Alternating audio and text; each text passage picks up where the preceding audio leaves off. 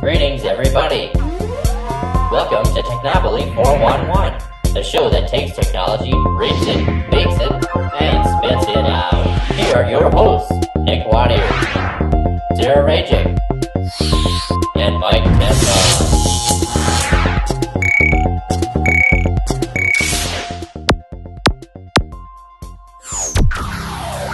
Hello and welcome to Technopoly 411.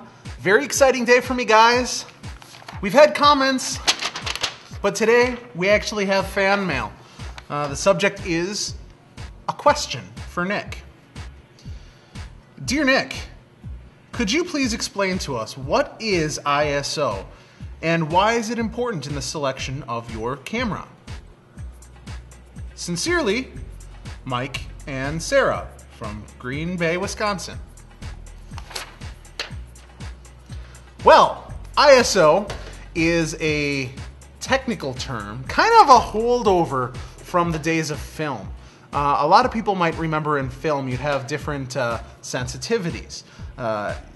They were referred to as ASAs at one point, but commonly you'd either use 100 speed film if you were outside in the sunlight, or 400 speed film for the average everyday shooting, and in the indoor settings you'd look for 800 speed film. Digital cameras are based on, of course, digital light meter chips. And essentially, by adjusting the ISO setting on your camera, you can adjust how sensitive that sensor chip is, or how it will react to the light it reads. Now, ISO has a couple of different features. So first off, a higher ISO will allow you a much brighter picture with a shorter exposure. Now, on the flip side, a lower ISO is going to produce a darker image, so you'll have to compensate by either opening your aperture or leaving a longer exposure. Photography and, a subset videography is all a balancing act between the size of the hole, the length that it's open, and then the sensitivity of the image sensing material, be it film or video sensor chip.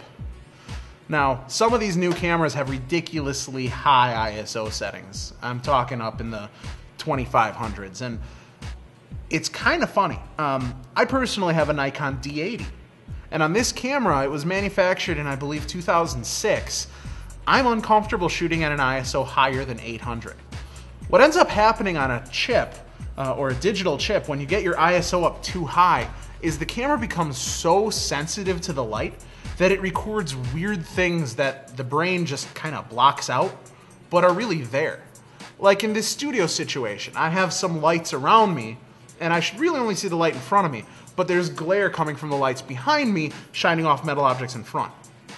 So as you raise your ISO, the camera becomes too sensitive and causes what we now call noise, or in the old days of film they'd refer to as grain, where you were picking up things that are undesirable. So like I said, my D80 manufactured about 10 years ago or so, not quite, 7 years ago.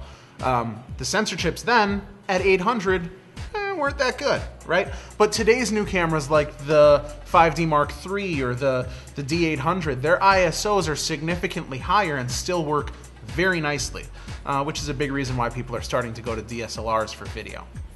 But anyways, that's the skinny on ISO. If you have additional questions, of course, you can use the comment field below. We also have the email address, technopoly411@gmail.com. Or, just get a hold of me. I know everybody watching this show is local, and you all know who I am. And if you're not, please tell me, because I assume that I'm talking to Green Bay right now. And if I'm not, that's pretty freaking cool. Anyways, guys, that's Technopoly 411. Thanks for watching. Give me some feedback, ask me some questions, pretend that I know what I'm talking about.